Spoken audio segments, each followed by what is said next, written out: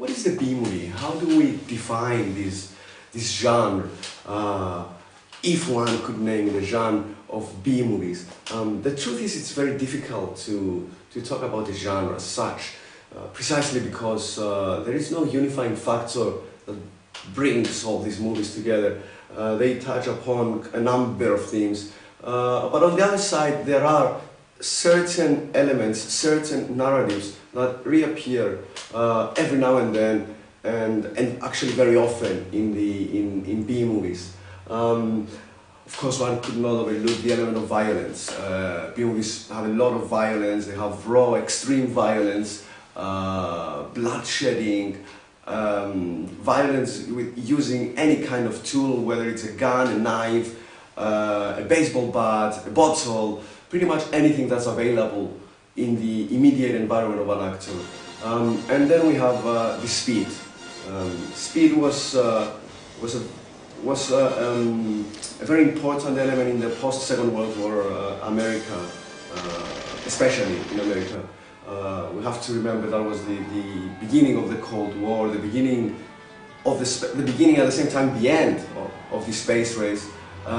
So speed and escapism were used as metaphors for liberty.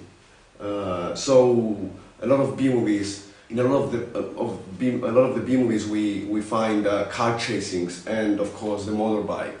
The motorbike again as a symbol of individuality, of escaping. Well, we want to be free. We want to be free to do what we want to do.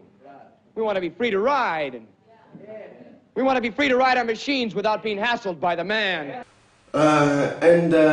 Finally, in the horror, in the science fiction B-movies, we get this horror of an external threat, which again it reflects the American fear of Soviet invasion, but it also reflects the American fear of the unknown, or the uncertainty of what might exist beyond this planet. It was, yeah, I mean, as part of the space race obsession of the American citizen, one could not underestimate the importance of not actually knowing what one would find beyond the limits of Earth. Precisely because the B-movies are full of all these action scenes, of all this violence, of speed, of horror and fear. What interested me the most was how do we get to these scenes? What happens in those few seconds prior to arriving to this crucial narratological moment of action. So I looked into the way the actors behaved and what kind of indications they gave to the audience of the coming action scene. How did their eyes move, the kind of gazes and the looks they exchanged between them, and also the lighting used by the directors, and the setup of each scene.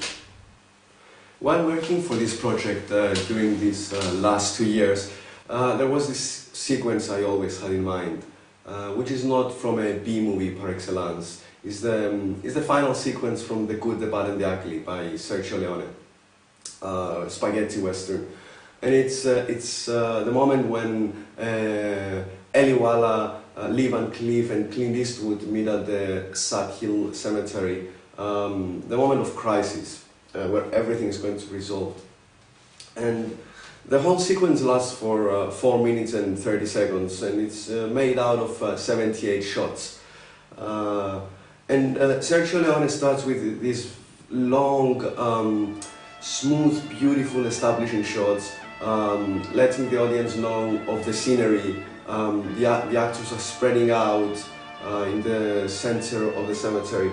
And then he moves to point of view shots, so we get a feeling of the distance between each actor, And as he's moving along, we see in his editing that the cuts become a lot more faster until the very end of the sequence, when he focuses on the eyes and the fingers.